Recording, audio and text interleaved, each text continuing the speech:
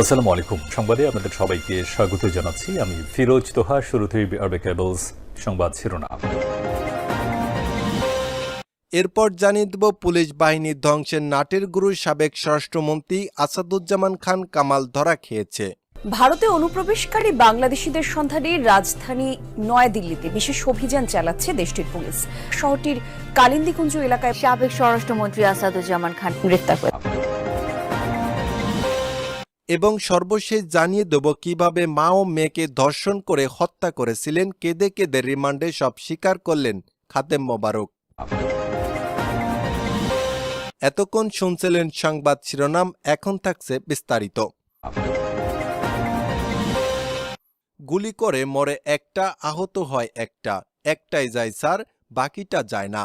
Mobile ফোনের স্ক্রিনে তৎকালীন স্বরাষ্ট্রমন্ত্রী আসাদুজ্জামান খান কামাল ভিডিও দেখছিলেন, আর তার অনুগত পুলিশ কর্মকর্তারাই কথা বলছিলেন। 24শে জুলাই গণ অভ্যুত্থান দমনে প্রাণঘাতী অস্ত্র ব্যবহারের নির্দেশদাতা এই আসাদুজ্জামান খান কামাল একসময় কারণ বাজার ও তেজগাঁও এলাকা মস্তান হিসেবে পরিচিত ছিলেন। আওয়ামী লীগের এমপি হয়েও দুদর্শক হয়েছেন তিনি। 2014 সালের 12 জানুয়ারি তাকে স্বরাষ্ট্র প্রতিমন্ত্রীর দায়িত্ব দেওয়া হয়। দায়িত্ব নিয়েই রাজারবাগে পুলিশের স্মৃতিস্তবী ফুল দিয়ে সাংবাদিকদের এক প্রশ্নের জবাবে তিনি বলেছিলেন, বিরোধী দলকে তিনি দেখে নেবেন, কোনো ছাড় দেওয়া হবে না। তিনি তার কথা রেখেছেন। গুমের হুকুম দেয়া, ক্রসফায়ারের অনুমতি প্রদান, রাজনৈতিক নিপীড়ন চালিয়ে বিরোধী দলের নেতাকর্মীদের শায়েস্তাকরণ ও অপহরণ, মাদকের ব্যবসা সহ এমন কোনো অপকর্ম নেই যা তিনি করেননি। নানান অপকর্ম করে কামাল পরিণত হন সন্ত্রাসের মাফিয়া ডন হিসেবে। ভারতে পালিয়ে যাওয়া ক্ষমতাচ্যুত প্রধানমন্ত্রী শেখ হাসিনার সঙ্গে তার সরাসরি যোগাযোগ থাকায় তার প্রতিটি আদেশ তিনি বাস্তবায়ন করতেন। দেশে কোনো ঘটনা ঘটলেই সন্ধ্যার পর ছুটে যেতেন গণভবনে। সেখান থেকে ফ্যাসিস্ট হাসিনার নির্দেশ নিয়ে এসে মাঠ পর্যায়ে বাস্তবায়ন করতেন। তার হাতেই তৈরি হয়েছে কুখ্যাত পুলিশ কর্মকর্তা বেনজির আহমেদ, পোলাই কুমার জোয়াদ্দার, মোল্লা নজরুল ইসলাম বিপ্লব, বিজয় মজুমদার, ডিবি হারুন ও র্যাবের ব্যারিস্টার হারুন সহ অসংখ্য কুখ্যাত পুলিশ কর্মকর্তা। কথিত জঙ্গি অভিযানে যেসব পুলিশ কর্মকর্তারা দৌড়ঝাঁপ করতেন এবং বিরোধী মতের নেতাকর্মীদের নির্যাতন করতেন, আসাদুজ্জামান খান কামাল তাদের পদোন্নতির সুপারিশ করতেন। যোগ্য পুলিশ কর্মকর্তাদের পদোন্নতি থেকে তিনি বাদ দিতেন। মাঠ পর্যায়ে পুলিশ তার কাজ বাস্তবায়নের জন্য স্বরাষ্ট্র মন্ত্রণালয়ে সুপারিশ পাঠাত, কিন্তু তিনি পুলিশের কোনো সুপারিশ মানতেন না। তার কমানি ছিল শেষ কথা। পুলিশকে রাজনৈতিক হাতিয়ার হিসেবে ব্যবহার করে কামাল হয়ে উঠেছিলেন ভয়ঙ্কর এক স্বরাষ্ট্রমন্ত্রী। কথা কম বলতেন, কিন্তু শেখ হাসিনার লাঠিয়াল হয়ে কাজ করতেন। অনেকে তাকে ঠান্ডা মাথার খুনি বলতেন। শুধু তাই নয়, পুলিশ, ফায়ার সার্ভিস, পাসপোর্ট, আনসারের পদোন্নতিতেও তার বিরুদ্ধে বস্তায় বস্তায় টাকা ঘুষ নেওয়ার অভিযোগ ছিল। তার অত্যাচার ও নির্যাতনে ঢাকার 11 তেজগাঁও নির্বাচনী আসনে বিরোধী দলের নেতাকর্মীদের বছরের পর বছর পলাতক থাকতে হয়েছে। অনেকেই বাসা বদল করতে বাধ্য হয়েছেন। পুলিশ, আনসার সহ বিভিন্ন বাহিনীতে বদলি, পোস্টিংয়ে তার স্ত্রীর মাধ্যমে মোটা অঙ্কের টাকা ঘুষ নিতেন তিনি। জানা গেছে, কামালের স্ত্রী ঢাকায় এক আত্মীয়র বাড়িতেই রয়েছেন। 28 জুলাই 2024 সালে আসাদুজ্জামান খান কামালের মাধ্যমে মরণ অস্ত্র ব্যবহারের নির্দেশ পায়। জুলাই ছাত্র আন্দোলন দমনে সরাসরি লেথাল উইপন ব্যবহার করার প্রধানমন্ত্রীর নির্দেশ আসাদুজ্জামান খান কামাল জানিয়েছিলেন। বঞ্চিত একাধিক পুলিশ কর্মকর্তার সঙ্গে কথা বলে জানা গেছে, পুলিশের নিয়োগ ও পদোন্নতি দেওয়া হতো কামালের একক সিদ্ধান্তে। এতে করে কামাল পুলিশের মধ্যে বড় মাফিয়ার নেটওয়ার্ক গড়ে তুলেছিলেন। যেসব পুলিশ কর্মকর্তা তার বিরুদ্ধে কথা বলেছেন তাদেরকেই তিনি ওএসডি করেছেন। এডিশনাল ডিআইজি মনিরুল জামানের পদোন্নতি তিনি নিজ হাতে ঠেকিয়েছিলেন বলে জানা গেছে। কামালের অপকর্ম ছিল কয়েক ভাগে বিভক্ত। প্রথমত, যত পুলিশ নিয়োগ পোস্টিং হতো সব কয়টি থেকে তিনি নিয়মিত অর্থহারে ব্যবস্থা করতেন। মেধা বা পরীক্ষার ভিত্তিতে নয়, কামালের একটি তালিকার মাধ্যমে স্বরাষ্ট্র মন্ত্রণালয়ের অধীনে সব নিয়োগ হতো। সে তালিকায় যে শুধু কামালের পছন্দের ব্যক্তি থাকত এমনটি নয়। সারা দেশে যে মাফিয়া চক্র প্রতিষ্ঠিত হয়েছিল সেই চক্রের লোকেরা পাঠাতো তালিকা এবং বস্তা ভর্তি টাকা। সেই টাকা এবং তালিকা অনুযায়ী কাজ করতেন কামাল। ফলে পুলিশ বাহিনী পরিণত হয়েছিল কামালের অনুগত এক বাহিনীতে। সূত্র জানায় তিনি দায়িত্ব নেওয়ার পরই জঙ্গি অভিযানের নামে নাটক সাজাতেন। বিরোধী মতের লোকদের জঙ্গি বানিয়ে জঙ্গি অভিযানের নাটক সাজানো এবং এইসব নাটকের মাধ্যমে বহু মানুষকে হত্যা করেন।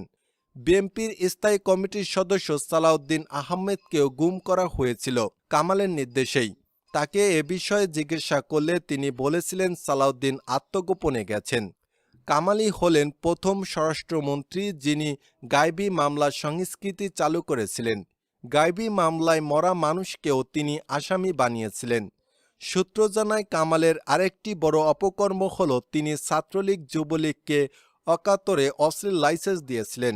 কামালের 10 বছরের মন্ত্রিত্বের সময় প্রায় 32,000 অস্ত্রের লাইসেন্স দেওয়া হয়। সবই দেওয়া হয়েছিল আওয়ামী লীগ, যুবলীগ, ছাত্রলীগের ক্যাডারদের। বিরোধী দলের আন্দোলন দমনের জন্য এসব অস্ত্র ব্যবহার করা হয়েছিল। তিনি গড়ে তুলেছিলেন হেলমেট বাহিনী। এই হেলমেট বাহিনী বিরোধী দল মতের উপর চড়াও হতো। এভাবে একটি প্যারালাল সন্ত্রাসী বাহিনী তৈরি করেছিলেন কামাল। পুলিশের বদলির কামাল নিজেই একটি বড় সিন্ডিকেট তৈরি করেছিলেন। কথিত 4 সংস্থার রিপোর্টের নামে তিনি সেটি গণভবনে নিয়ে আসতেন। সেই রিপোর্টটি নিজেই করতেন। সেই রিপোর্টের ভিত্তিতে তিনি নিয়োগ করে হাতে নিতেন কারি কারি টাকা। এই নিয়োগ বাণিজ্য ছিলেন প্রলয় কুমার জোয়ারদার ও মোল্লা নজরুল ইসলাম ও তার ছেলে জ্যোতি। যে কোনো জেলার এসপি হলে 1 কোটি টাকার নিচে কোনো বদলি হতো না। আবার ভিআইপি জেলাগুলোতে এসপি হতে হলে নিম্নে 3 কোটি টাকা সিন্ডিকেটকে দেওয়া লাগত। গত 10 বছরে পুলিশের যত অস্ত্র ক্রয় হয়েছে সব টেন্ডার নিয়ন্ত্রণ করতেন কামাল। কেউ যাতে টেন্ডার ড্রপ করতে না পারে এজন্য গোয়েন্দা সংস্থা দিয়ে আগেই ভয় দেখাতেন। সাব্বির আহমেদ নামের এক ব্যক্তি পুলিশের সাপ্লাই বিভাগে টেন্ডার জমা দেওয়ার কারণে 2016 সালের জানুয়ারি মাসে খিলগাঁও এলাকা থেকে ডিবি পুলিশ তাকে তুলে নিয়ে এসেছিল। এছাড়াও ফায়ার সার্ভিসের যত নিয়োগ ও বদলি তার ছেলে জ্যোতিষকে দিয়ে করাতেন। প্রত্যেক রাতে ধানমন্ডি বাসায় মিটিং করতেন। ধানমন্ডি 5 নম্বর রোডের 20 নম্বর বাড়ি ছিল কামালের ষড়যন্ত্রের রাখা। সচিবালয়ে কম থাকতেন। সন্ধ্যার পর তার বাড়ির সামনে পুলিশের গাড়ির লাইন লেগে থাকত। পুলিশের ঊর্ধ্বতন কর্মকর্তারাই বাড়িতে যেতেন। দেশে কোনো ঘটনা ঘটলেই ওই বাড়িতে আইজিপি, র্যাবের প্রধান, বিজিবির প্রধান, এসপি সহ ঊর্ধ্বতন কর্মকর্তাদের নিয়ে বৈঠক করতেন তিনি। এটি ছিল তার কোর কমিটির মিটিং। কাকে ধরতে হবে, কাকে গুম করতে হবে ওই বাড়ি থেকেই তার নির্দেশ আসত। এছাড়াও যারা বদলি ও তদবির করত তারা ওই বাড়িতেই যেতেন। বিগত বৈষম্য বিরোধী আন্দোলনে ওই বাড়িতে প্রত্যেক দিন রাতে বৈঠক হতো। ছাত্রদের কিভাবে দমন করতে হবে, খুন করতে হবে, গুলি চালাতে হবে তার মাস্টার প্ল্যান হয়েছে ওই বাড়িতেই। গত সোমবার ওই বাড়ির সামনে গিয়ে দেখা যায় বাড়িটি নির্জন একটি ধ্বংসরূপে পরিণত হয়েছে। কয়েকজন পরিচ্ছন্নতা কর্মী ছাড়া বাড়িতে কেউ নেই। গায়েবী মামলাও হেলমেট বাহিনীর কথা আগেই উল্লেখ করা হয়েছে। গায়েবী মামলার মূল পরামর্শদাতা ছিলেন কামাল। ওই সময় মামলায় মৃত ব্যক্তিকে আসামি করা হয়েছিল।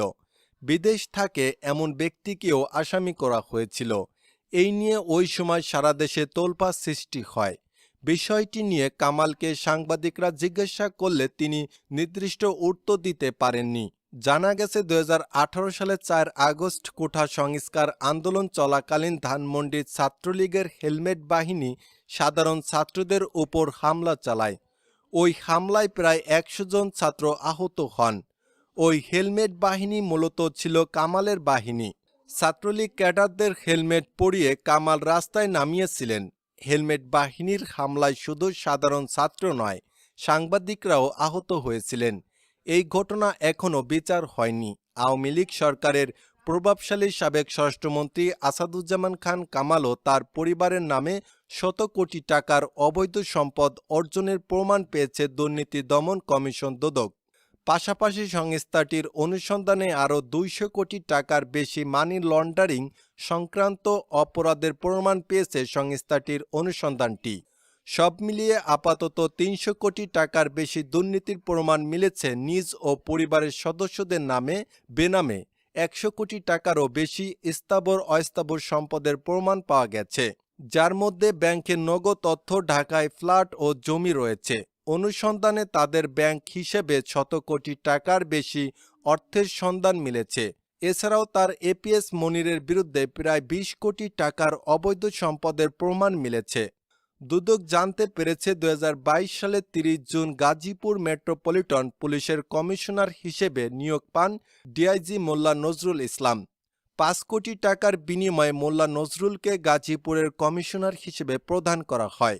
সূত্র জানায়, ফায়ার সার্ভিস ও সিভিল ডিফেন্স কোনো সার্কুলারি হলেই মন্ত্রী দপ্তর থেকে একটি তালিকা পাঠানো হতো, সেই মোতাবেক তাদের নিয়োগ দেওয়া হতো। 2023 সালে 2 সেপ্টেম্বর 535 জনকে নিয়োগ দেওয়া হয় ফায়ার সার্ভিস ও সিভিল ডিফেন্স অধিদপ্তরে। এর মধ্যে ছিলেন 336 জন পুরুষ ফায়ার ফাইটার, 15 জন নারী ফায়ার ফাইটার, 84 জন গাড়ি চালক। নিয়োগ কার্যক্রমের শুরুতেই মন্ত্রী দপ্তর থেকে 250 জনের একটি তালিকা পাঠানো হয়। ফায়ার সার্ভিস ও সিভিল ডিফেন্সের অধিদপ্তরে মহাপরিচালকের কাছে সাবেক এই মন্ত্রীর নির্দেশে সেই তালিকা মোতাবেক নিয়োগ দিতে বাধ্য হয় ফায়ার সার্ভিস। নিয়োগের জন্য জনপ্রতি 8 থেকে 12 লাখ টাকা নিত কামাল হারুন সিন্ডিকেট। এই দুর্নীতিতে কামাল ছাড়াও তার স্ত্রী লুৎফুল তাহমিনা খান, তার ছেলে শাফি মোতাসেল খান, মেয়ে সাফিয়া তাসলিম খান ও সহকারী একান্ত সচিব মনির হোসেন জড়িত। এই বিষয়ে দুদকের মহাপরিচালক মোহাম্মদ আক্তার হোসেন জানান, ক্ষমতাচ্যুত ও পলাতক স্বরাষ্ট্রমন্ত্রী আসাদুজ্জামান খান কামালের বিরুদ্ধে দুর্নীতির অভিযোগ তদন্তাধীন রয়েছে। তদন্ত শেষে আইনি ব্যবস্থা নেওয়া হবে। 5ই আগস্টের পর শামীম পলাতক রয়েছেন। কাউন্সিলর শামীমের মাধ্যমে কারওয়ান বাজারে কামালের চাঁদাবাজি। কারওয়ান বাজারে চাঁদাবাজির প্রতিদিন প্রায় 1.5 কোটি টাকা চাঁদাবাজি হয়ে থাকে। পলাতক 26 নভেম্বর ওয়ার্ড কাউন্সিলর শামীমের মাধ্যমে এই টাকা তুলতেন কামাল। ওই টাকার আবার তিনি 2 ভাগে ভাগ করে দিতেন। 5 আগস্টের পর শামীম পলাতক রয়েছেন। শামীমের মাধ্যমে 200 জনের একটি বড় গ্যাং তৈরি করেছিলেন কামাল। ওই গ্যাংয়ের সদস্যরা চাঁদা তুলতেন। কারওয়ানবাজারের ইত্তেফাক গলির কাঁচা তরকারি বিক্রেতা আরমান জানান, পুরো কারওয়ানবাজার এলাকা ছিল সাবেক স্বরাষ্ট্রমন্ত্রী কামালের নিয়ন্ত্রণে। তার হয়ে এ এলাকায় চাঁদা তুলতেন কাউন্সিলর শামীম। শামীম আওয়ামী লীগ পতনের পর পলাতক হয়েছেন। তিনি আরও জানান, শামীমের লোকজন এই এলাকায় চাঁদা তুলত। এই টাকা হাত বদল হয়ে কামালের হাতে যেত। আমি চাঁদা না দেওয়ার কারণে 1 মাস ব্যবসা করতে পারিনি। পরে 20,000 টাকা পরিশোধ করে আবার ব্যবসা শুরু করি। নাম প্রকাশে অনিচ্ছুক আরেক পাইকারি বিক্রেতা জানান, চাঁদা না দেওয়ার কারণে তাকে কামালের লোকজন লাঠি দিয়ে পিটিয়েছে। দর্শক, এতক্ষণ সংবাদটি শোনার জন্য ধন্যবাদ।